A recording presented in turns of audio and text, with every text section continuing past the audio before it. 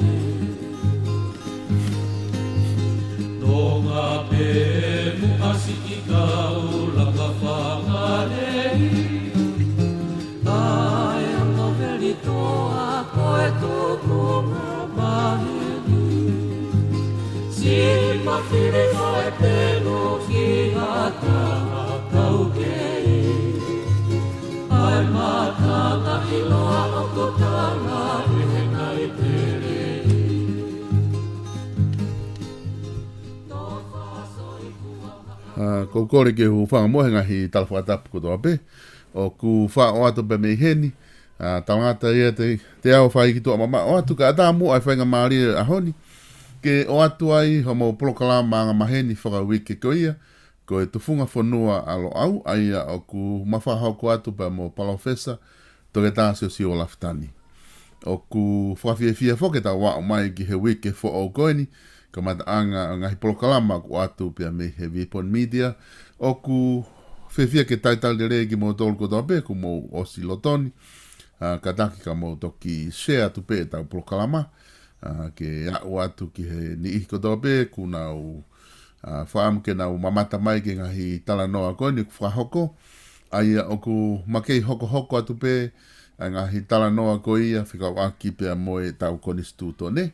Aia ku ma ihe konga ua he tainimi whaunga pure o ku hoko atu ai tala noa koe ni. O ku mahu inga apito ai taimi o ku whai ai hano tala noa pa mono analaiso e he PALOFESA e tau konistuto ne. Neongo koe konistuto ne me he tahawalu fitu nima ku whai atu ai tala noa. Ka ku mahu inga hano whawhiha naki. Mo inga hime aku hoko he tainimi whaka politikare o ku lotonga hoko tau whanua. Ene pehe ko uwhiawhia ke taitali rei. PALOFESA toke tā SIOSIUA LAFITANI malo e tau mau e ahoni pia malo e ke i whawhainga maaria i ho taimi ke whahoko tau POLOKALAMA he ahoni, ko ilo pe ko tai momoko eni, ka ku ke whewheha ke PALOFESA. Malopito tonga, Koe. ko whamalope he tau usia e whangamari e koe ni. Whamore pe o ku ikai ke ki atalelei atu e kumea koe ki mea whateknikare pe ni ka koutu pe tonga kusai pe o kou lava pe o Asia. Kai tau whai hanga au e ki ai a hiri a e ni. Ka kou taritali lelei ki mou tolu kotoa pe mou mea mai, ka kou taritali lelei koe tonga i he hoko ate ta POLOKALAMA. Whamore pe ki tuai atu, koe ki ta whateknikare me ken pelani, ka kusai pe whai ngā au ki ai. O kou lelei pe mo lusane mo e whaamiri, pe ki e tonga kotoa pe o kui heni, pa kou lawei pe o kulau maare lelei pe a e tamasi pirinisi kalauni, tupo toa o kārala, pa pe ki e whare o hamaafu, pe a mo na ka inga heni. O mau e a pe heni o ku wheto kaki pe a momoko, ka o ku hore pe kua ngahi aho o ku sai mai. Ko mea maari e whoki a eni e tonga he koe mautuu o mautuu ki o lunga au pito. Ma o lunga au pito e mautuu koe ai kolomu a kono Australia e anga hono akiteki i koe hono whau he o ku maalunga au pito mau alu matolu he fo i mo unga ki o lunga pe o ku mau alu koe ki mo unga ngā tāpe a luo ki loto tu ai kolomua aia koe kulawe i ko mea whakai malu whakai security aia ku hangea fo i pesin o ku fo i poulu o ku mau i loto ai pe o ku mau momoko he uhinga lalahi e ua ko e mau tuki o lunga ko e mau ofi ki sinou he ku ofi apito mai sinou he ko mau ea koe he ni o kai ngata ene momoko ka ku toi manifi ko alu ange foki ai fonua ke malunga ange o ku kai mawahe me he tahi o ku toi manifi ange ai ea ene alu ange pe ko alu ke ngai mo unga ka koe ange mau tu e tonga ko ki blabe pe ki ai ko manatu i hake ai faunga whaka sioka lafi whaka atakai koe o mau kolomu ani. Kai whafoki atu, malo. Mo lahi apito, PALOFESA pa koutui koe mea whakawhiawhia ia koe te kalama, koe whakalata apito whoki anga i nofo, he taimi o tau wakai ai ki he wheitu ko tau i ai mo atakai, taimi lahi o ku whapehe tau tori ai tonga, tau nofo tau tola ki wheitu u wofi haki ulu akau, haki vau, pe koe ofi atu haki matatahi pa tau whakaukau tau tolu, o tau nofo vau, tau tolu kai nofo lotokolo, nofo siti e toko lahi a koe, pa tau toki molinio wakai holo, o ku kau e nofo pehe ia he atakai he mahu inga, o kai ke fuwhia mau ke te ala iyo, kai ke fuwhia mau ke te ala nofo, o pito pehe fufo i lotokolo, ka ku kau e atakai o nofo ka sio holo he kai ngā muri, ai location koe ke nau nofo ai, Iyo he ku mooni a tonga koe kolomu a fo koe ni o kui koe bush capital, koe kolomu a vau. He o ku atakai i holo pe o ku ngahi pāka a kaulalahi holo he uwaha ai ukolo. Hena e tufunga ia na e fo'u ia ke pehe ke whakawaha aki ai ngahi vai, ai ngahi creek, pe koe ngahi lake, pe whakawaha ake vau. Pe koe kolomua whaafaufa apito eni ono palani he ngā mātua pe me Amerika. Pe ku whaofa apito e whaonga ken pelani, pa hange ko hotala noa, koe ulu akau, pe a moe akau, moe vao, o ku teu i akia e koloni, pa koe uhinga no ui koe kepitolo vao. Ku kai koe, o ku kai koe kolomu a city eni anga maheni, ka koe kolomu a vao, ka o ku whakaofa pe vao ia te ia, hange ko hotala noa, na pehe koe tau nofo i uta, me tau nofo i o aia koe nofo ku vao. ka koe whakanatula ia koe o e fo mamani o whakaofa e te nofo ofi ki hawa pe ko hau akau e ko hau mea e alele ko ne o hau mea e oxygen o ne tu wange mai mo e hafua e ka te whakapo ke atu tonga maro mon la ya pito o ku tu mai dai metaha ku o ni i ko ke ofi ta lo akau ho na api fa vave mau pe lere toto toto malunga io moni mana va me e fo o me au akau moni au pito ia ko weekend ni foku ta ki hoko atu pe ta tala noa he ko instituto ne e PALOFESA ko ngahi konga ma winga apito ni ki kakai ke na mahino ile rei ta fa unga pure ai ko fonga ko fai hano pure i aki o ku asi he ko instituto ne ho ta fonua ta to te fito no fa ho atu ki he ke ngahi fe fusi aki ko ne ku hoko i tonga he fa politikare he ngahi me ku hoko ai i te whaakota te whita whakamauanga mo ngai tu uni hoko i he executive he pureanga. Ka te tuku atu ke hoko atu mua e ta tala noa i he tau konstituto ne, pa te toki hoko atu ai pēta wahe. E tonga ko fie lawe ki he keis mahu inga kone o ku tu te ringa pe a ku tālanga mo laurea e whanua kau toki hoko atu. Malo, koi. Ai keis kone ai ngo lavu pe koutui koe tu uni kone ku whakahokoku o slahe laurea ki ai ka kou maare ia i e loea matao tau loea i loa ko ia i he moana. I Pasifiki pa pehe ki tonga mo mamani a Clive Edwards Senior pa pehe peki ono fohaka Clive Edwards Junior ke na hanga whai e hopo whai ngata a koen mo e hopo whihi koen pe o ku no fo a ku ia o ku ikai ke u kau fo ke au ia ke tu une wha mau mo e hatonuhia pe ko hawhialaki o kui kai ko issue ia o ko nofo i he maarie pe mo malohinga mo vai ai ko instituto ne mo lao i he hau ke ngai ke islalahi pe ya ko whialawe pe ki ai ko tui ko hanga e Clive Edwards Senior o mai ai whakaukau mahu inga ulo aki ke tau toi whai hawakai ki he tuu ke he mo whehanga hangai mo mawahe mo whekau aki ai lao sivire mo lao hia pe koe civil laws mo criminal law i ena whekau aki mo common law ai a ko common law o ku hu ki ai civil law ai lao sivire Pakotui koe fo i whakawhetiki mo foi whakauhinga wawanga maari e ka te au i ene tala noa koe ni ki he o mai he whakamau ai lao koe agencies ne hanga aia koe lao sivire koe lao sivire aia koe te he ka aia kuhinga ia ka pau e whai he usepani ha hia Puas vihia pe ai wai fi neongo kai ke hanga hai whakamooni. O koe crime by association o no whakarea whakalupua.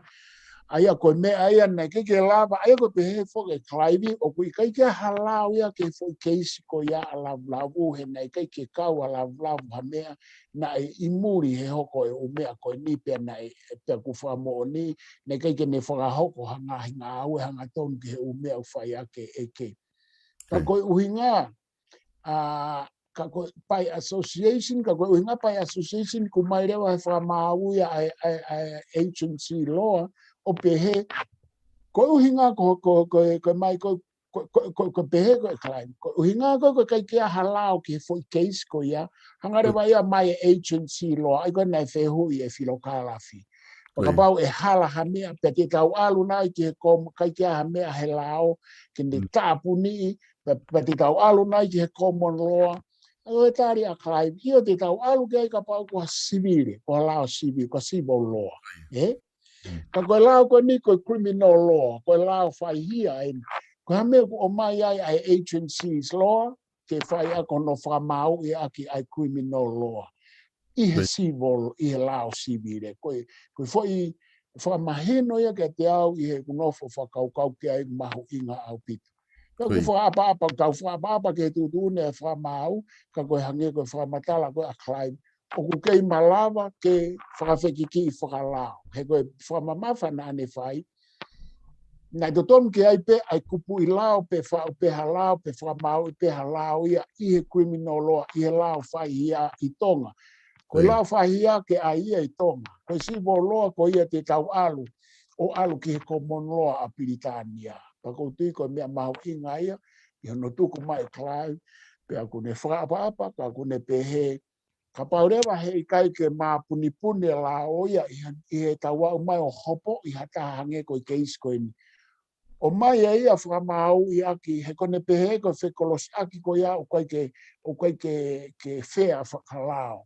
Ai o mai ke whamau I aki agency loa ai fo I keis whai hia koe. Ta kone kala noa wha ausi mahu inga au pito e tonga kone pehe na e asimai e whakailo pe mo umea whakau aki mo yongo lavu na e lahi au pito e ngai uhinga whakapolitikare na e whakahu mai ke he hopo.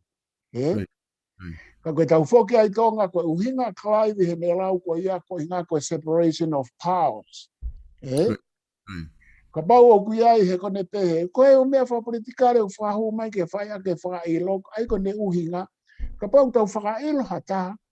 O ku tau whakailo I he hia, o ku ikai ko o mai ko haane tōno no whakapolitikare, he koe mea ko ia o whamau ia he wharearea, ko separation of power.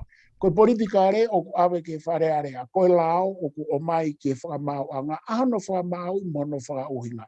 Neongo o ku whaue lao I he wharearea. Ka ko whakafoke atu tonga ko tui ko mea peo ko whielawe ki ai ki tala noa kona klau mahu inga pite ke lo au mahu inga ka te au ko whatongia e lo au ko whatongia wha ko ia ke mui ai ngahi mea ko ia o whai hawa wanga I moha wakai ki ai ki anga ene tu I tonga ki he lele yang ne ai la o pe lele yang he tau tala noa ki kondistuto ne e kai malo Koe oku mahu inga apita pia maari oku hange ko lau ko ai ka te alu ke maari ange ai hopo ko ni e PALOFESA ko hinga afoki he pehe he toko lahi ko ni tok fuafua hoko ni ai fo I whainga hopo ko ni I tonga he ku pia knakai fo ke fu ilo he tau tolu ia pe ko ha mea oku makatuunga oku ai ke whai ai tangi o ku kofe ko ngā he lao o ku whainga ai loea Clive ke whai ai whakawhekiki ka koe hange koe mea koe na ku ke whakamatala o ku koe mea na mahu inga apita he wakai ki ai na hanga Clive o mai fo I lao tonga fo I lao a tonga o ku I koe aiding and abating ai tala mai fo I lao ko ia o ne pehe mai koe fo I lao a tonga ni ki he mea koe ni ko ha koe ke tau ngau e ai fo I lao hia ko ia ka tau o tatolu o fusi o mai fo I lao common law ia koe ka hanga koe lau foki o ku ko ne tu foki tai nimi PALOFESA ku o si I tori e tuate pe ma ko sita ku na kamata whakahoko ai tau tea ku whakahoko e whamauanga ai au kei pure whamauanga I he lao ka I he taim tatau o ku ke iai pe na o ke atape to tonu ko ke whae tangi ai o ku e tok whakahoko tangi ia na pehe Edward Senior e mahina hiva ai ko kulawa te mahina hiva ko maasi ai o ku whae tangi September ai o koe ke fit in ni ai e tok whae tangi ia ki maasi tau ka hau ai ko lele atu ko ni he ngai wakai mahalo PALOFESA e toki tala ko e ola tangi pe te tau tok whama opo ai a keisi ko ni pe ko whe mea tau hoki ai I anga koe wakai PALOFESA Io koe kai ke tari ai fima o ke peil mai na wa ka koe na nofo koe ni ko na nofo ki he mahina hiwa koe ke whakahoko tangi Koe ai kuna nofo pe I tontori po pirisone ka koe ka koe ke se he koe na fai e fehu i koe whirokalafi ke a lavulavu. Pia tari pe la lavulavu o ku tonu hia. Aia koe uhinga ia o ku fai ai tangi he ku mata o ku lahiange fai ngā maari o lavulavu i he hopo koe ni i he ne tuu pe whakatatau ke whakamatala koe. Ka koe ei pia mo e hakoe ai fo i konga kona na ke lau. A painting, Aia koe mea ia koe tau kawe i koe Clive heku hange e tonga. O tau whakapapa tau tau te tutune whamau. Ia, pa kui kai ke tau lau noa ia, pa mo tau lau kovi ki e tutune e whamau, tau whakapapa ki ai. Ka koe poini kou o atu whakaako ia o tau ataina ke tau talanoa ki ai ka tau atu whakauhinga. Whakauhinga ki he uhinga whakaako, uhinga whakonistu tone, uhinga whakalao. Hange pe koe nei mai e kalai. Kai ke tau hanga ta tolo, hange koe tau tea ke ua toi peil mai. Koe nofo ke tari ki he whamau lai, whamau tangi, o koe ke tau kaua. Ka tau atu, ai mui ate, uhinga koe, ai kou ta noa ka klai, he oku mooni whakalao ia, i he uhinga whakalao. Pea oku maa au pite fo i uhinga ia. Ka koe mea eni, koe toe, koe haa, ai ngā unu whakalao, ki e fo i whetuiaki ai lao siwire, pea moe lao hia, i he keisi atonga. Ka ku tau tūku ai, ka kou kore ke tau hoko atu, Malo. Koe kupu tolu fitu eni, o e konistu tone, ka kou tui tonga nai aho talanoa ni nai ho ka matau maho inga pito ke te au. Pea koho o pehe, ai maho inga e tau alu ke ta walu fitu ni ma, koe uhinga, koe ngahi mea lahi na e hoko ai, ono o whakawhihonaki mai ki he ahoni. He koe, e tonga koe whakakaukau, ko ki tānaki, koe whakakaukau, whakakalasika, whakaako. Koe whakalasika he uhinga ki he lelei, pia moe makatuunga o me apa ko ha makatuunga o mo oni i mea. Ko pau ke tau alu ki he kamata ai whakakaukau o kamata me iai, he ko e tau alu ko e tau sio ki he kamata anga o whakaukau, i he ke isi koe ni koe kamata ai ko nistutone. Ka pau te tau nofo pe i he ngahi konga pe koe konistutone o e ahoni, hei kai ke mama whakaklasika mo whakaako, mo whakonistutone, mo whakalao, ho tawata mai, ke tau ilo ai anga e mea nai to tonu hoko i he ngahi te toi whakaukau o e ukupu. Paku aura te ta POLOKALAMA mo alu ke toi mahu inga ia angi, i e ta nofo he tahawalu fitu ni ma, he koe uhinga whakaklasika whakaako ki ai, koe taimi koe te ta hawai ki mua, pe koe ta whakawhihona ki, o ku maamange ai e ta whakahoko ai fo i whakawhihona ki, pe koe whakatau hoa. Ko tau koe nofo e konstitutone aho ni ke tau lau ta tolo mao ha maama ki he ene tuku au mai whakahistoria, mo whakalao, mo whakahao, hano whahinga whakaui, hano ui. Me koe mea ia koe ku alu pe, koe ke toka ngau ia pa koe hae lolo, ka ta anoa he konstitutone. Koe toko o se ta e tolo mi hen, sai pe ka te au koe. E koe ta alu koe ni, te tato e whoki mai o hao sio ki he ukupu na e to, mo ukupu na e liliu, ki tau pai paasi pe ai, ke tau toe mao ha maama. Ka te uhao ke he kupu tolu fitu, koe kupu tolu fitu. He kupu tolu fitu o kupe he. Kone osi koe ahono, whahoko ai konistu tone koe ni, o tari e whonua, pea tari whawhare area.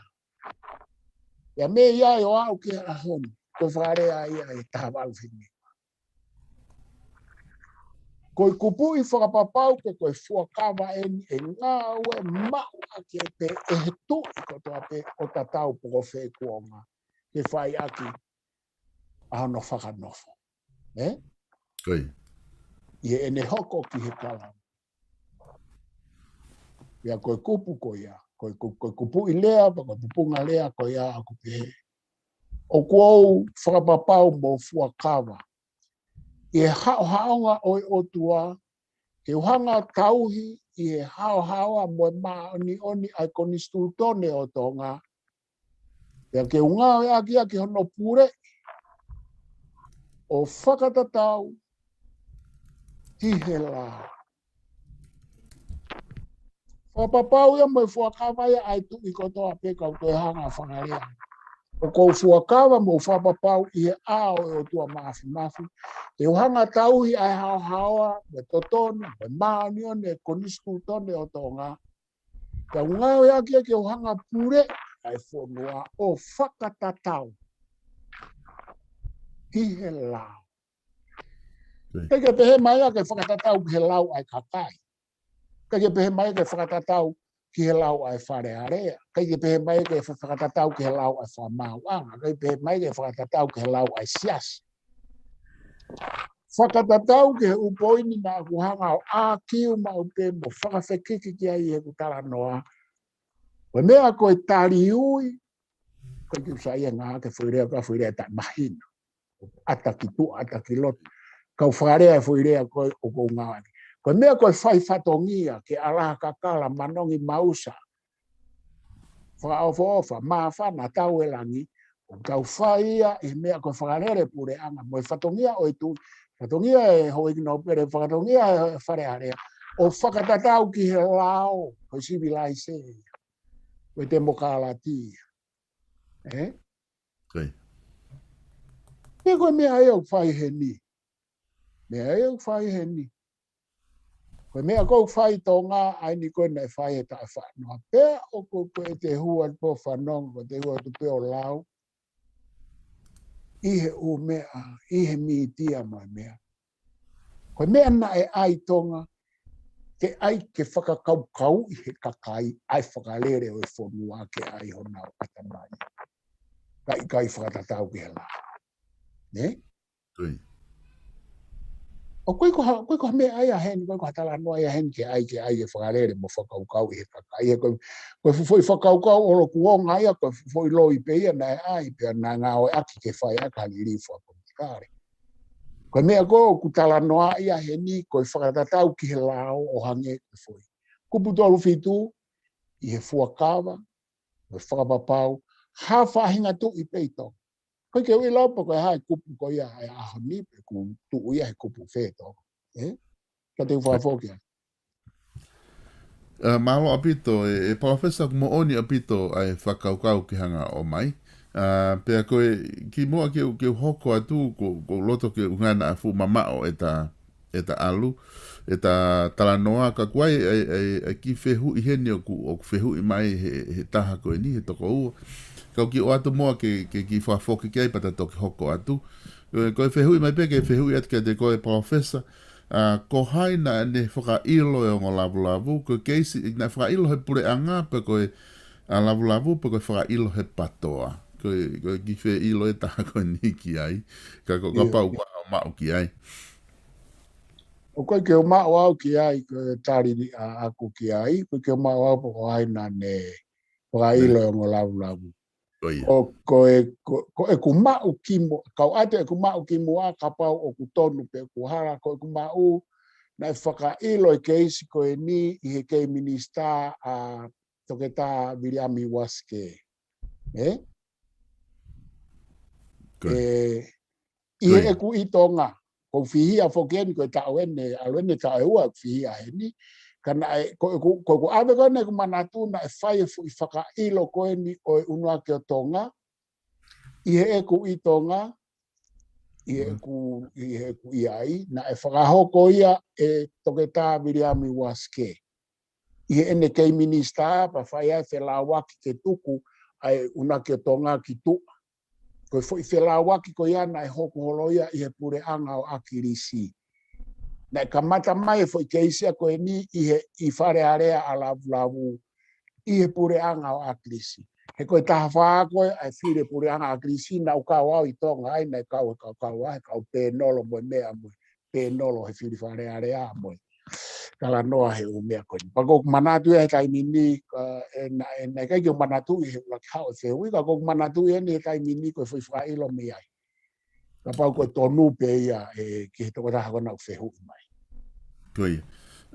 Ko tui mahalo koe wafe taha nima, pe koe wafe taha nima taha ono, na whai ai whakailo koe ni. Ai koe pureanga pena toki osi na whakahoko ai.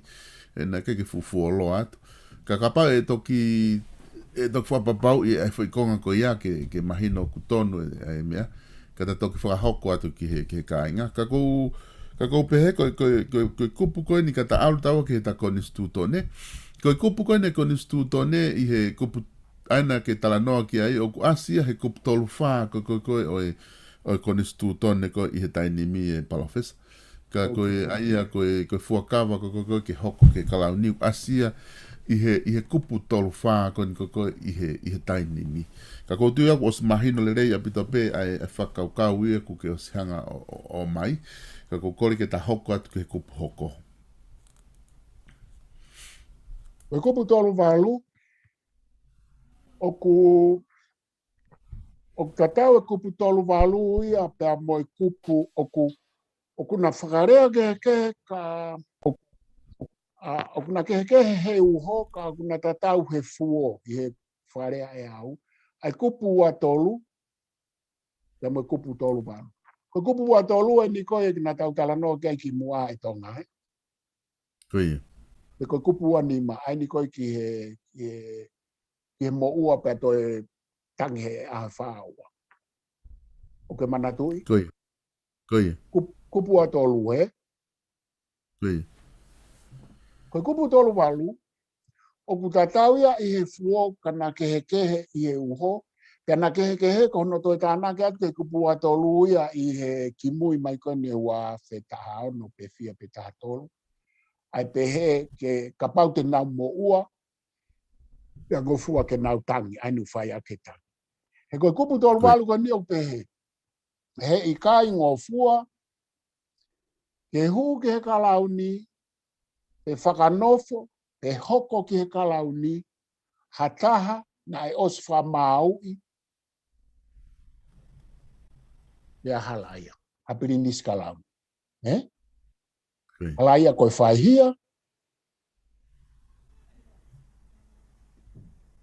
ia hia oku, koe ke sai, koe puke te aha hia, ia sai koe hia ko toa pe koe ke sai. Pe ko hataha oku hoko hamea whaata mai ki ai.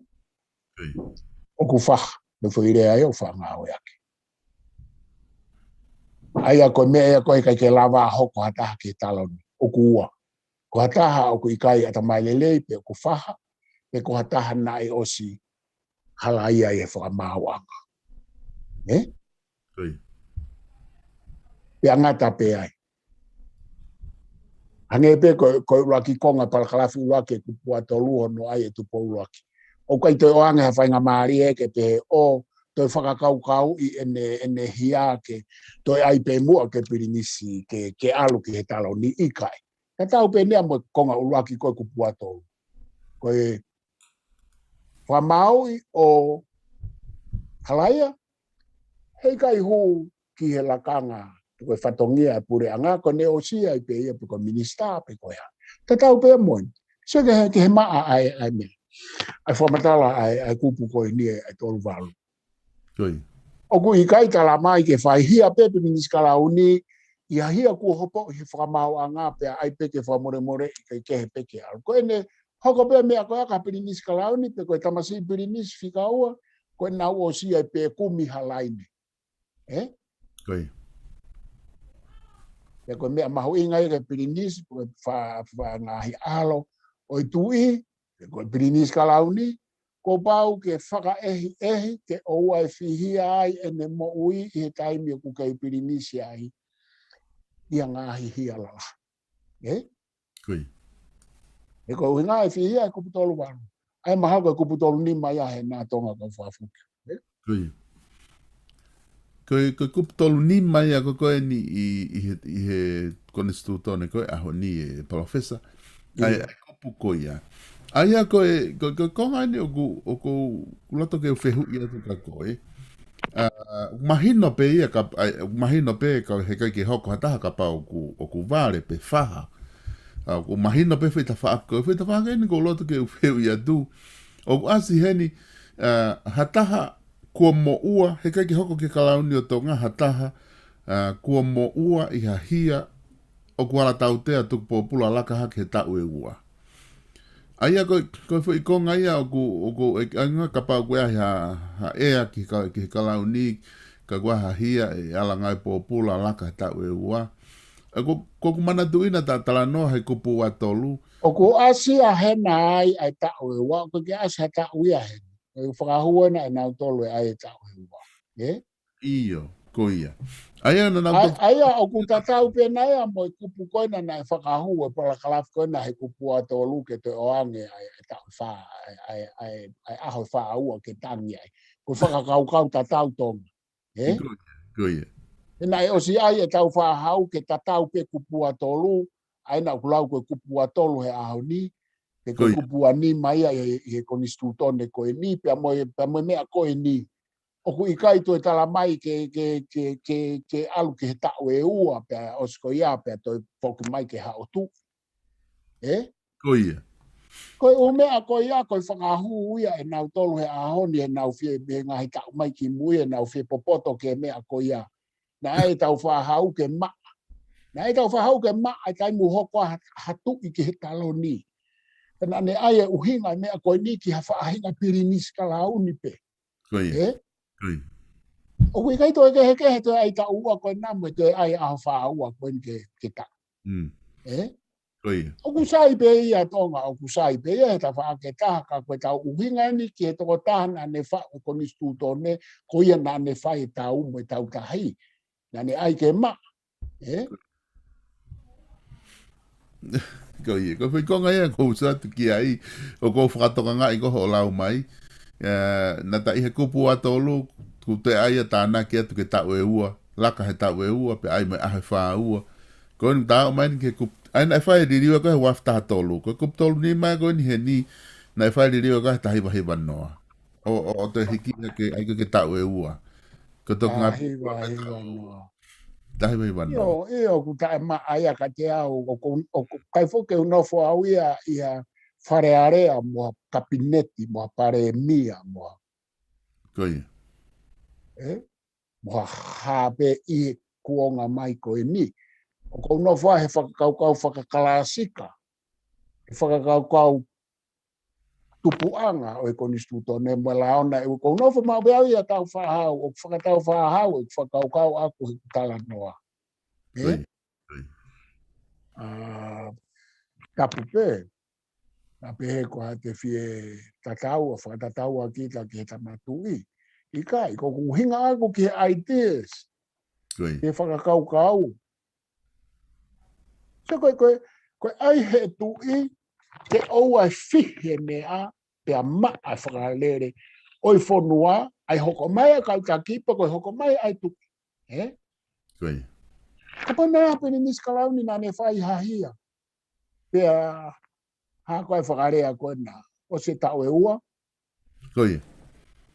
Ku toi ngofua pe ia. O se tau e ua hono whamau i ene hia.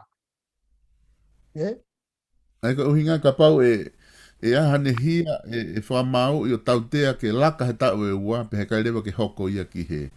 Kone laka pe e tautea hia he tau e ua pe he kai rewa ke hoko ki he taloni. Okay, ai ka pai tautea. Hange pe na e alu pe he pe foku me kupua tolu. Ka pau e kai whakalaka he tau e ua. Koia? Koia. Koia. He koe u i siu ai, koe whaihia koe i siu uloa ki ia. Uhinga tau whahau, whaihia pe,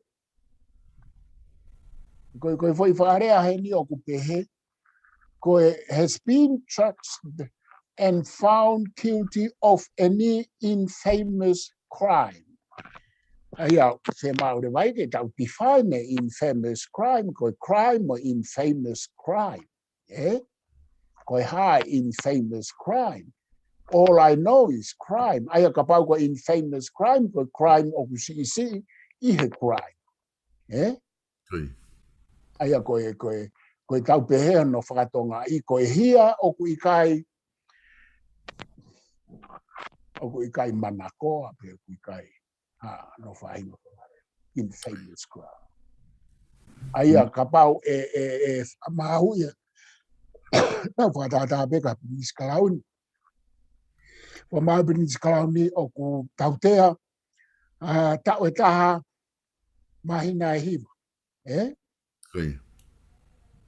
Aia e whakatatau rewa ki e nehia aia tau pehe ka pau koe ai e whakarea koe ni koe hia aia o ku whakaririfu pe palaku pe ka. Aia e sai pe. Ka pau rewa e ova he tau e hua. Ka koe poini koe a tau whahau ia koe isiu koe whahia. Koutui o ku whamatalai o ki whain he lao ai fo I whakarea koe ni koe infamous crime. Ofa pe. Ka koe ku poini koe hono toe tānaki e fo I mea koe naki ai. Nau tūtu ni pea, nau tōru pa kua hoko ia koe kupu koe stuto ne mo hau. Ukta anoa pea kuia ke tau hanga whakaawa ma upe matapaa ke tau palopare ma ia ai. Niongo koe tau ai ke hao ai ai plinis kalau ni pe koe hao ai ai tak wha politikare koe ia koe kupuato. Ka koe umea koe e tonga koe ne ai e tau whahau ke whea e lao mi olunga ki lalo. He koe mea pe koe ni ku ne ai he. Koe mea pena ne ai he kupu puanima pe koe haa e koe nisutone koe ni o kui ai e tala noa koe na ku ai e kupu atole ami. Koe mea pena ne toe ai e whainga kupu o tatau po hai o whaihia. Na e ai ke tatau he koe uhinga e ne whare a koe lao e tatau e no taimi e whamau I ai. He kui kai kia hako pui lao te hea ke whaihia e kakai o hange koe ua tolu. Koe ua tolu koe nofo e kupu koe ia koe nofo e kautaki mga e whapureanga. Ia koe kupu koe ni, kupu tolu walu koe ni, o nofo ia I he pilinis kalau ni pe koe pilinis. Pea toi tānaki koe whangi kupu koe na ku ai koe kamata rewai ke whakawhai ke hei, ai tatau ai lao ki hano whamau o hange koe mea koe na ai e tau whahau. Tau whahawokia. Mahalo apito, Palofesa ko tu ku mahino apito tari koe ku ki hanga o mai I whakaukau ko ia. Mahino apito mga himea ku tānaki mai ke tau kone stuto ne. Ai ka pehe ke ta aluange ke kupu hoko. Ko ngā ko tu ke ta hoko atu pe tala noa I he kone stuto ne. He mahino pe tu ngā koe tainimi. Koe kupu tolu walu, koe tala noa ia ki he Commander-in-Chief koe pure whakakaukau. Koe tu I pe kui ai, aia koe no wharea whatonga ko whatanoa kei koe mawhai pure a toa. Ia moe mawhai pure ngā aue ai koe political power, o koe ne konga ki administration, o koe ne konga ki military pe koe warrior. Ia koe ni rewa koe fo I kupu eni ki he mawhai hau, pe koe mawhai pure, pe koe mawhai pure hau, ki hono pure, I hono whakarere whakakautau e whonua. Ia koe mea ia koe ni tonga o koe koha mea pe ia whakatonga, koe mea ia o ku na e mea pe ia na e talo e hao e upureanga whakatu I mei koe Commander-in-Chief koe tu I. Pe koe pirinis kalau ni, koe natula ia mea koe pureanga whakatu I. Pea hao koe ki tonga, aia koe tu I, o kuhinga ni koe tu I, koe ia pe ai Commander-in-Chief, pe koe pure whakautau, oe kausotia pe koe kautau. I he whonua, pea mo tahi. Eh? Koi. O ia ne fai e whire ka o fisa maolunga, whatutu o koia o kune whahoko atu i ane poate pe ko ha a ene ufa kau ke whakalere aki a e whonua. Whakakautau. Eh? Koi. Pea o kui kai to e fo uia ke ai ke area e he kapneti, to upo ni mahau e ngai atonga pe ko whare area. Ai u whatutu ai tu i whakautau. Wa mea beu toki hu mai whare area mu kapneti o kauai, pe koe pure anga, pe koe sino pure whapolitikare. Ka pau e whahatau, ko pau ke nauhanga whakapāsi, ka pau e pehe tu i ke tau o kau he tau. Eh? Koi. Koe mea pea o kuna au kau mai ki ai. Koe mea koe ki hono ngāo e ake kau sotia, mo e tutu uni. Whahu mai nau tolu ka whahamo veu, mo e ha. Koe tu i pea. Eh? Koi. Koe mawhai whakapolitikare ia mawhai whakakautau ia. He peta hene kuinina, ko slave kia Queen Elizabeth, koe kautau ai ta hene kuini Queen Elizabeth. Her Majesty's Army. Eh? Koi. Ana ni riu, na kai foke whakahingoa pehe e tau mea, tau tōru e talo ni lere mai. Tok li riu e pure anga tui waka no, o tari e fo i lao, koe na li riu e hingoa koe kautau a ene afio. Na kai ke ai fokia koe kautau ene afio by constitution and by law. Eh? Ka koe ku foki mai, koe mea pe koe whekau he kai ke whakalao ke hanga e tui, o whai hatu tuuni ke kau e kau sotia, ki hatau, ka pau, ka kupau ke ne whakahoko ke wharearea ke nao. Ka pau i o mai e kau, ka pau e ikai mai, e kai whakahoko. Me ongo koe foi mawhai koe ai, i ka koe mea iau kuna kau mai ki ai. Eh? Koi. Aku tawanga whaki e PALOFESA he ngahi whanua muri hanko Amerika. Oku ui mape whoke e Palestini ko Amerika ko Commander-in-Chief. He tau wakai at koko ke ngahi mea, ngahi whaitu tuun he Pentagoni, ngahi mea pehe. Aia uhinga ia koe kau taki e whanua, koe tui, koe kau Palestini maha fua. Ko nau tolu pea, nau me mau e fo ilakanga koe Commander-in-Chief. Io koe anga mahe ni, matui koe nau a top mai, ko no tari mai te mokalatia me mea pure anga whakatui. Eh? Koi. Pea koe, hange ko Amerika, hange ko Britan. Ko Amerika fokia koe whanua, te mokalati pure whakakautau. Oki kai foke ka kato e tau wha ai koe koe pure anga whakate mokalati. Eh? Koi. Ku tala noa i lahia e kau sociologists toko lahi. O ku makatunga be ai pure anga hau mawhai lahia Amerika ko uhinga ko ne tawha whakakautau me ne tawha aki whakakapitalism, whakaekonomika whakakapitalism. Ko ngo mea ia e ua pa behe whaingai ni i o kui lalo ai kapitalism ia ko te mokalati ia ia mo pure anga whakautau o ku uhinga be ai te mokalati a Britania ko pure anga whakakatau ko e army. Military is a military nation. Eh? Koi. Ya koe mea ia ke tau hanga manatu i mea koe ia koe demokalati ko toa pe, ko demokalati a karisi ko Republika a Loma, mo mea na e uhinga ene Republika me demokalati ko fukau tau. O kai ha mea ko Republika demokalati ka ia kau tau. Eh? Ya koe whamanatu mai koe hange koe tau tānoa ke kupu koe ni whawhenga fo ke paremia ko pekia Samuel Chris Pohiwa ke tamate e tau sotia pia tu usi mo patseti he tau e fia.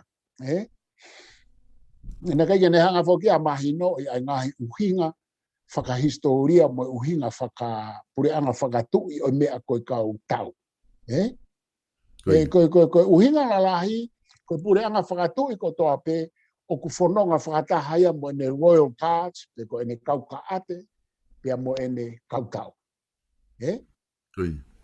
ia ngai pure anga ia kona te mukalati pia alu ai kausoti okay ai pena kausoti ka kai ko te ai ngai fonoi ni ko kausoti ai tu ko kausoti ai pure anga fate mukalati ka ko anga maheni o ku fononga ma o pe ko foi kupuia ka o fononga mo pure anga fakatu I hela hika pe ko to ngai pure anga fatu I kulabe ko konga taha o tau pure anga fakau ko uhinga he ko tau tahi ko fetongi au tau tahi e finangalo ko tau fa hau ke o se tau ma tu ko tau hange ko lau ta lofia la kalaka pai ma tu ko tau yang ale tau fa hau fo tu me kamata ake kau ka ate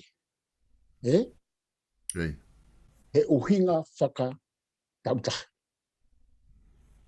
ya mo uhinga whakae mona ki whakae pure anga. E ko tau tolu pe kui ai e tau kausotia, pa ko tau tau he Pasifiki. Pe mo fisiko mea, ko mea na pure anga whakau tau a fisiko, ngā ko nau, kei pure I ko Britania nei.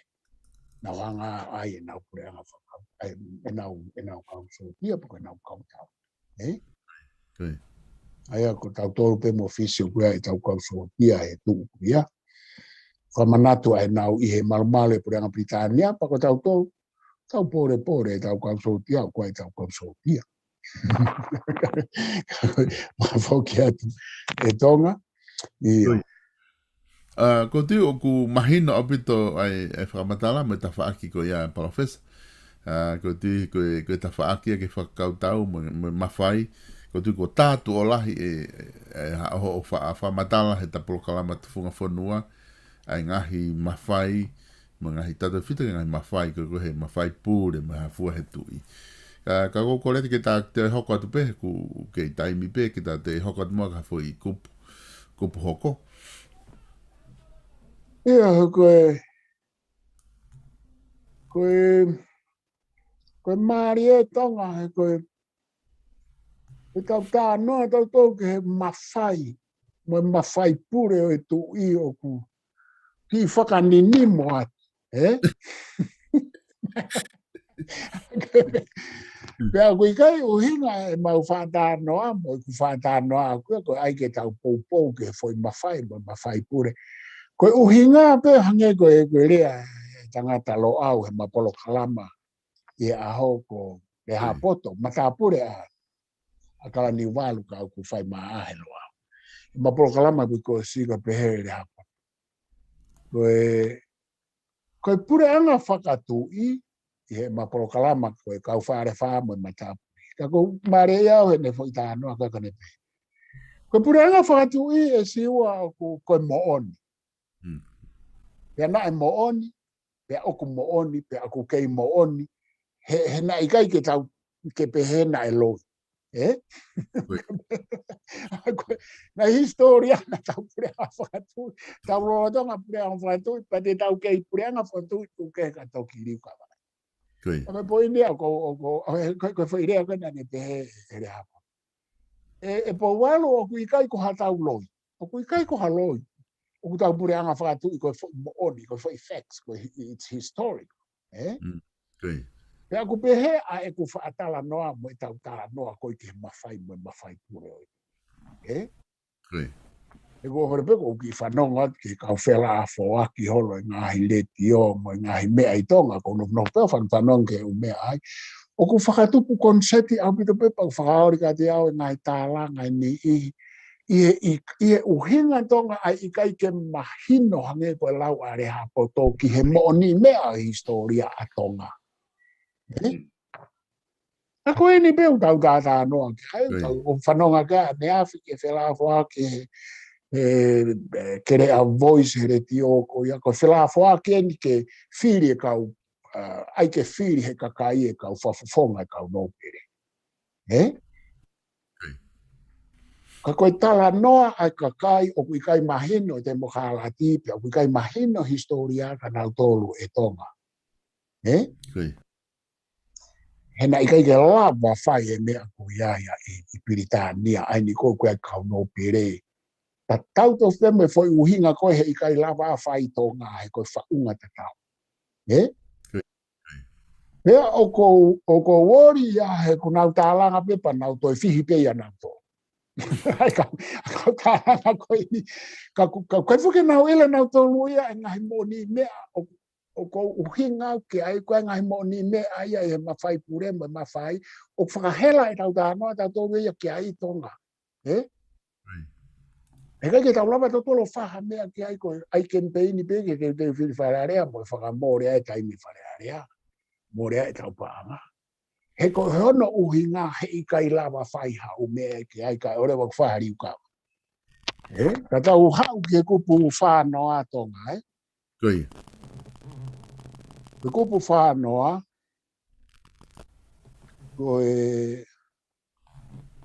koe to tonu, e koe ngofua ke tu I ke nehanga o whaka ata, siuperi I ha whahinga na e ipiri sone ke nau ata mai ki tua. Koe.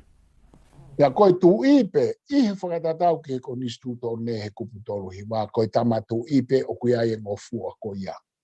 O kui kai toi tala mai ia e toi ange ngofua ko ia ke ata. Tuku kehe ka pau ko ririu ia he ahoni I e kupu koe na konistu tō ne e kuke mau ke ngofua pepe a whainga taha e whare au. Ka koe kutala noa pepe me konistu tō ne a tau whahau e tau wang whitnima. Ia koe ne toki ngofua, ka ia pakoe tu uniko ia ke siuperi o whakaata mai hakau ngā pōpula. Iha ngā he kātoanga mahu inga e whonua pe koe tu I.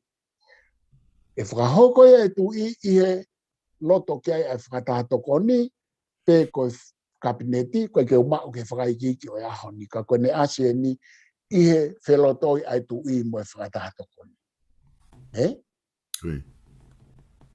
He oku I kai ke ia ha mea koe tu uni toko taha ai tu I o whakatatau ke konistu tone, ka koe tu uni o fau I he whakataha toko ni, he koe whakataha toko ni koe kupu whakalao ia pe koe kabineti he ahon, pe koe lohua, o fau he wharearea. E koe tau uhinga ia ke he lao, uhinga ia koe I he kupu koe ni tolu fitu una ulawana. Whakawa e tu iko ne whakapapau ke mui ki he la, ko whe la. Fau he whakatahatoko ni, fau he kabineti, fau he wharearea, ai umea ko whakatatau ki he la. Pea fau he konistu tone mo la. Oku I kai beke pu aki mai he konistu tone mo la, ko pau ke whai e tu uni o whai whakatatau ke whia mao mo loto e kakai. He koe whai mea koena e ilo whakahistoria, ilo whakafilosofia, he kau wako mo e tangata, oku I kai ke sā ia, ke ai peki I mea koe ai ke ai mai lau ai kakai. E tau mo vete tau tau ia ai e mi koena, tau mo vete ai, whai ngā wana whala koe ia. Ka koe mea mahu inga ia ke ku whānoa, he I kai whakangofua, he kai ke whai e fo I tu uni tae, loto ke ai whatahatoko ni, pea ko ia pe.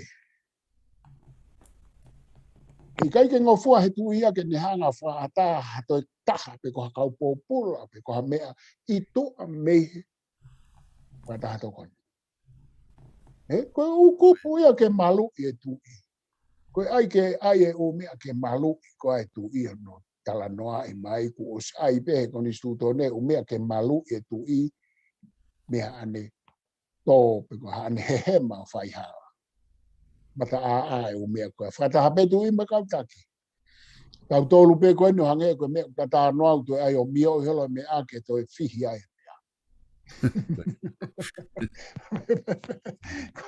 Koe tau longo a koe ni koe toi o whie popoto ki e o mea. Koe te o mea ia ke whai hono kapi mono. Ka koe o mea te whito koe ni tau sio ki a ilo tonga I tau no pure reipia mahino I mea e lao ki no tau te ai mo hafua. Koe ai ate whanki ange koe koe whanki I pilo cushion. Koe whanki I so cushion ke whakamolu aki. Koe. Ka te whakafoke atu tau, koe ku whānoa ai. Aia koe kupu tolu fitu ia koe I he ahoni. Aia o ku kei oange pe he kupu ai to tonu koe ke whake whamore ki he tui ke ne whaki. ha whakamore ki ha taha ko halaia pe tau tea I he lao. Whakatahatoko ni, ai koe ke whaki he tu I whakamore I he whakatahatoko ni. Okay. Une o mai rewa ki fo I hai mui ai, tuku kehe pe, a ngahi hopo koe impeachment. Ai koe whailwha wharearea. Tu kehe mea koe a koe ki ngofu e ki te, ai koe whakarea koe tahana ki aere nai, tu kehe whakailwha politikare. O ku kai ki ngofu e ke whakamore. Koe ki kau I he whakamore. Koe ki tāna ki moia, eh? Oia. Koe ki whai hiku. Tāna. Koe whangaki hiku e koe tau para mai. Koe ki whai hiku koe na tāna ki I behe wafi hongo furu. Soang ke whangi tāna ki koe ia. Koe ta hanga e no o tala noa I pe ko ni stutone pe ta whamao po whakotua atu ke pureanga ma wharearea e nau whanki mau taimi koe ne ai upureanga ki mua ke toe koe toe ai ki tuku kehe ai exemption toi ki exemption e foi mea soang koe foi mea koe na koe foi tuku kehe koe na kuhinga e ke kautak whapuritare koe meu toi tuku make hai nau tolu koe hai uhinga Ukulele, pe kukovi, pe koia, ko poini ko hame o to ai ki foi mea ko ia kanau tolu. Kuke a ki nau tolu ko ia. Ai ko uhinga ko ne uhinga e tonga I kai ke oange ai fo I more ma. Whakamore ko ia kanau tolu. Ko ia. Okay. Ko sai me a ko ia ko to fu me ai na ai ke kautama.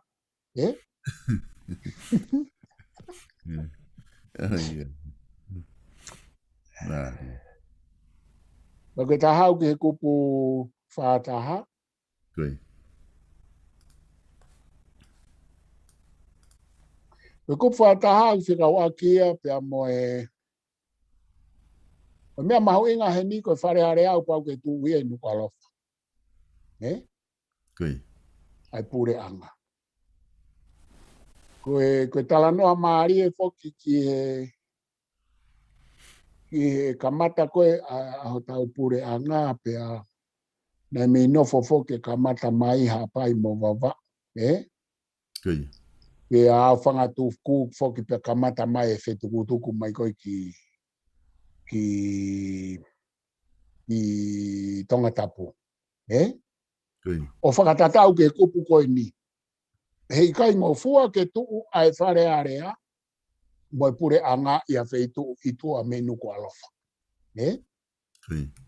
O uhinga whakai security ia, uhinga whakai malu, ai fo I whakaukau ko ia. He koe mea kotoa peu senta ia te whito ke polisi moi ami I nuko alofa ke malu ai whare area. Malu e pure anga. Koe. Niango koe kau polisi na nang tokon na tolo he. Tāon tātaha ke ona whakaua whare. Ka koe whai uhinga whaka la malu, mai ngahi uhinga ke pe whakapolitare. Ki whakaukau koe o senta, o loto maarie o mawhai pure. A pia koe kai ke ngatai ka ko tonga tapu ko motu lahi ko motu ia o ku afio ai ne afio ai palasi e ko kamata tano ane nai ko hala ko tau whahau na tuko tau whahau tapu moia me mahina taha pena ova ai ka os kamata foke ai e pure anga ka koe ai koe ke langa mala e kula Pena nai whakatolonga whakatonga pe ai sino tau whahau e whakalaki pata moia kai whai hono langa o mala e kula pe tok whai rewa hono teri. Ka koe toi whakakoutana ki pe au kia I whakakaukau koe o a ue ki he teri o anga ko pau ke ai. Hena ai whakakaukau e mo fie mau ke teri o tau whahau I mala e lahi I mala I uiha ka mala e o nautonu. Na si ai hono fonua loto ai tapu moia. Ka koe uhinga koe tūtu ni koe whakakoni stūtone whakalao pe ni kau atu ki ai e kupu whātaha, ua pau ke ai pia moe malae, pia whaitoka, whakaefonua o hatu i feitu o kuia e pure anga mo ia e palasi.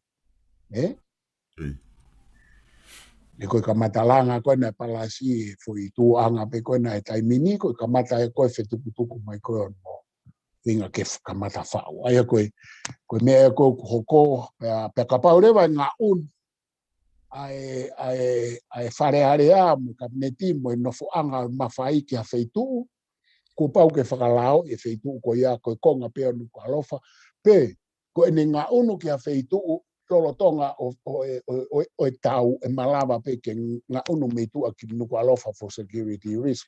To e hao pe ki he uhinga whaka security. Ia koe toki aivo u whakaiki a he kupu koe nā. Pau ke ai ne whakawaka wharearea mai ha ka koe mahu inga e kupu whātaha ia koe whakakaukau ko ia. Sio ke holofa koe nā e wharearea.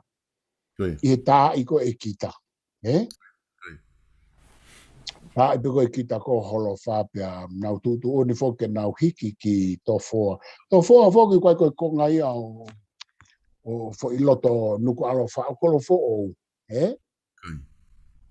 Aia pa koe mea rewa nai hoko nai whakalao i rewa ko tofoa. Ai fo i cultural center, fo i eria pe ko ia.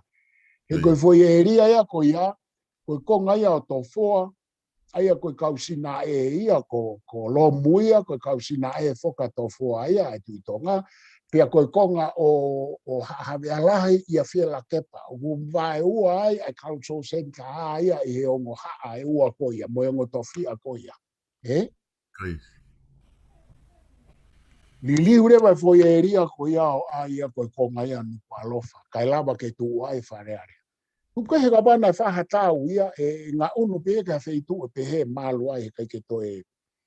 Ka kukai foko ha ko tau koe tau pena e whai mokita no tā i whareare. Me tau fokia na maari, tā i whakasino he tu i e veteke whareare pe tā i e kitai. Foi tā ia e ua nau whana no ke molau manu e polokalama wawanga ko e TV tonga. Tā i e ua. Tā i he tu i o veteki o tisou, pia tā i e kita wharearea e fo i structure e whare o holo opi. E tā uhoku. Koe ngai mea maari. Ai koe whātaha ia e tonga.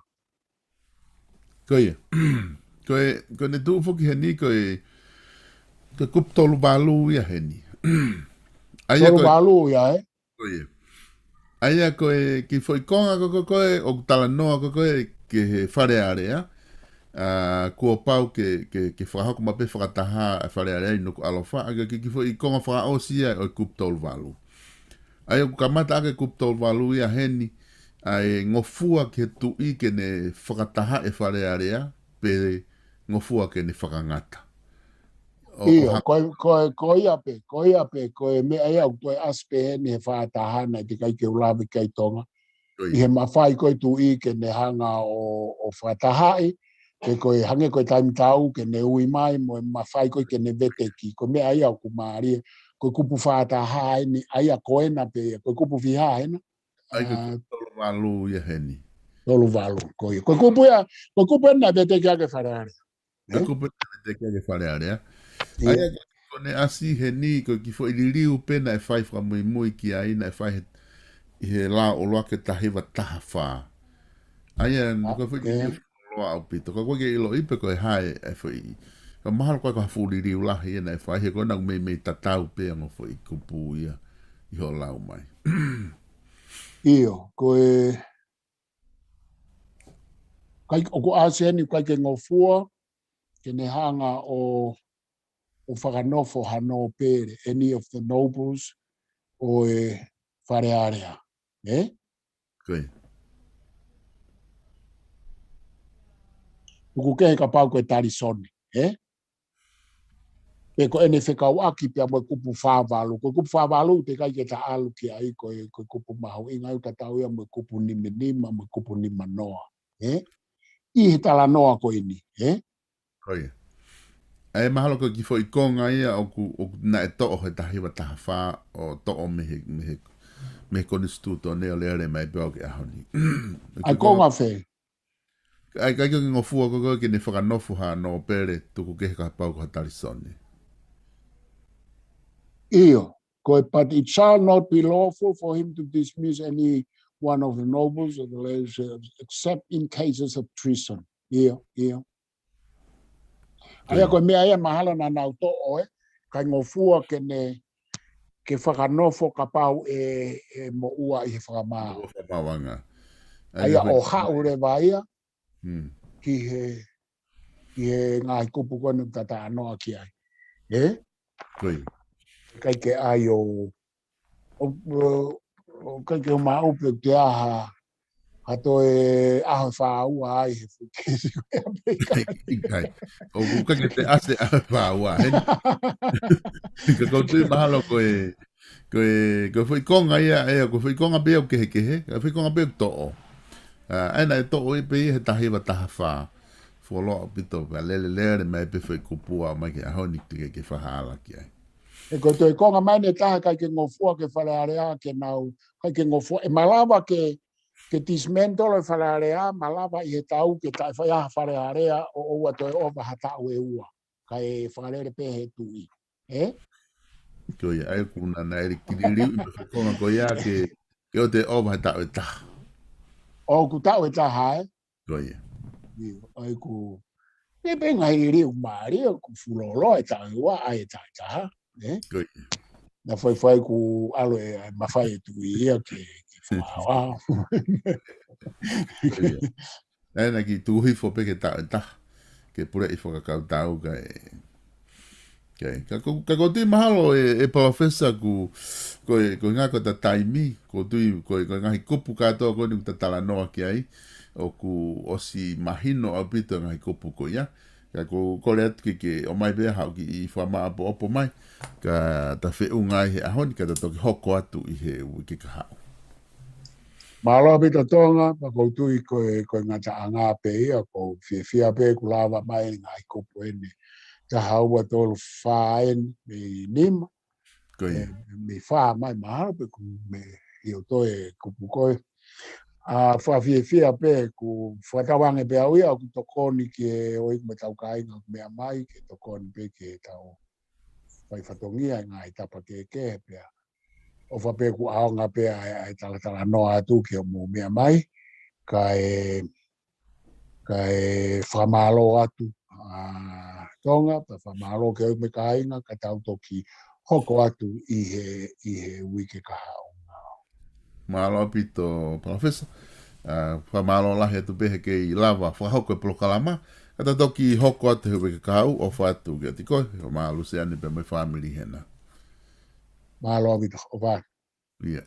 Koe e ngā taia ha mo POLOKALAMA ko ia TUFUNGAFONUA alo au ki he ahoni ai o ku mawhahoko atu i he hoatatu site o i wike ko toa pepe me heni. Whataonga pe na e ongo le rei atu ki a te kumotolo ai POLOKALAMA koni pia whataonga pe na e mahino pe ai ngai whamatala whahoko pa ku whaiat pe ko whamore more ki a te kumotolo ka pau na e lawei hohi ngoa ka ku ikai ko e tatat fito i ku whakaukau hake ki he konga koeni ilo i koeni koe he taimina e whaia e tala noa ki he whakailo whakailo ko ia o e tuate pa mo ako sita i he ku wai taha koeni ku unau lahi ai tohi mai o whakahoko mai ko whakailo na e whakailo i he wafe taha nima moe konga o e wafe taha o no aia na e kai kia hakaunga ki ai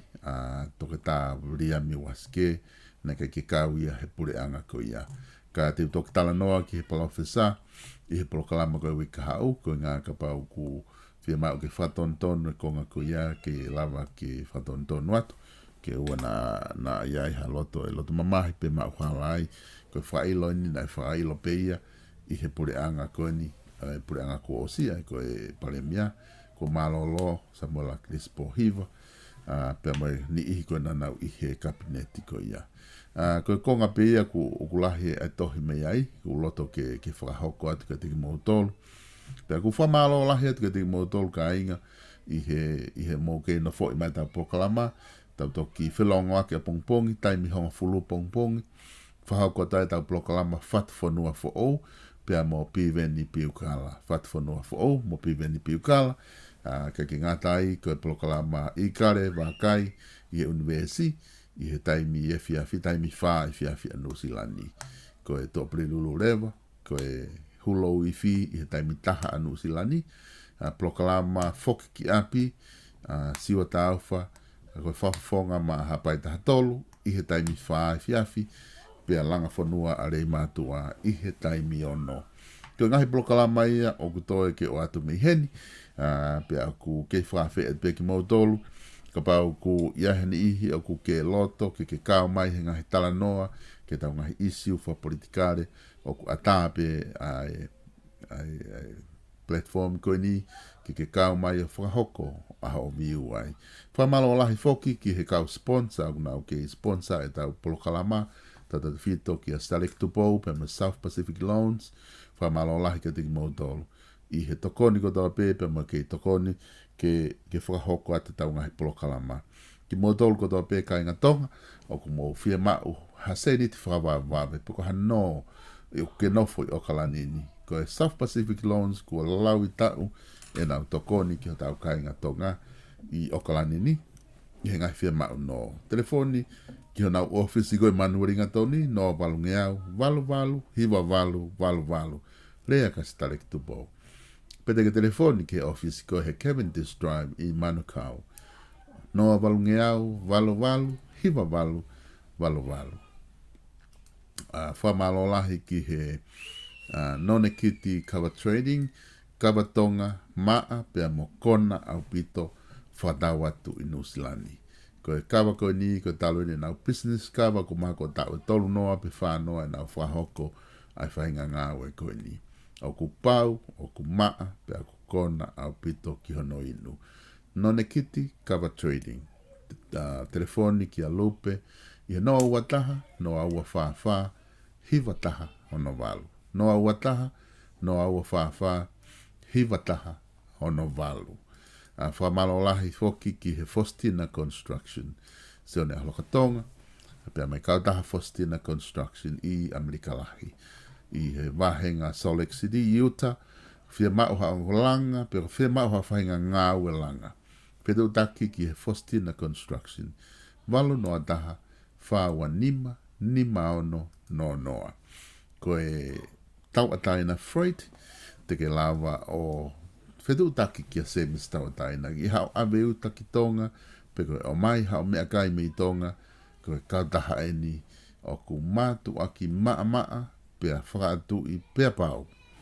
Noa ua taha, ua ono taha, fitu nima tolu fitu. Noa ua taha, ua ono taha, fitu nima tolu fitu, te ke lava o whetu taki ai ki hao awe uta kia se misi tau ataina. Pea kumotolo hoe ki whawhine. Kau ke whia mau, hao vala, o kuea inga hi Kopesi Pasifiki.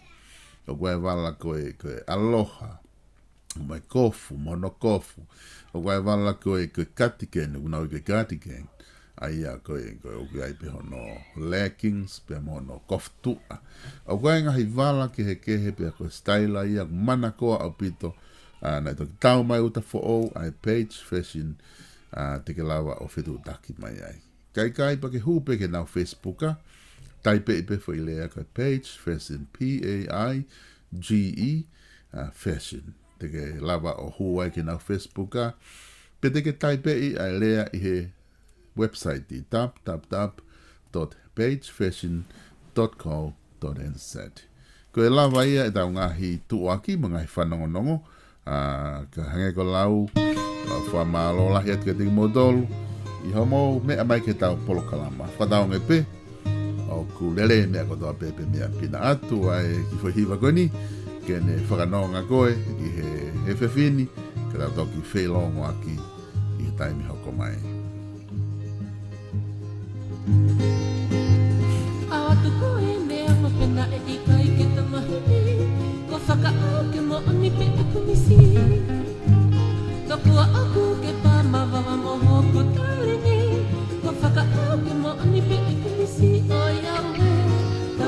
mari mari mai ko aku ia e wa he I kai te uhere a ki ka te tala loto ana I ke ilo e hata pe moa mana ko he whai wa misi ko whakaau ke moa ni pe e kumisi Toku ane whalau o tawhia I he loloto pe au mana ai ui asi ole o pe au si mana o hake he whakakomate I he manako si e kumisi ko whakaau ke haka o iaue Kahine mari mari mai ko aku ia he mani he I kai te umeri a ki ka te tala loto anai ke ilo e hata ki moa mana ko he whai wa misi ko whakaau ke moa ni pe e kumisi Toku ane puna he kisua fiko mahina aho aho o pala sui tihi fokisu o sino Pea ke una I o whaki mai ko ho o to ngapo Si e kumisi ko whakaau ki hako o iaue Kahine mari mari mai ko aku ia he mahi e I kai te omeri a ki ka te tala loto anai Ke ilo e hata ki moa mana ko he whai wa misi Ko whakaau ke moa ni pe e kumisi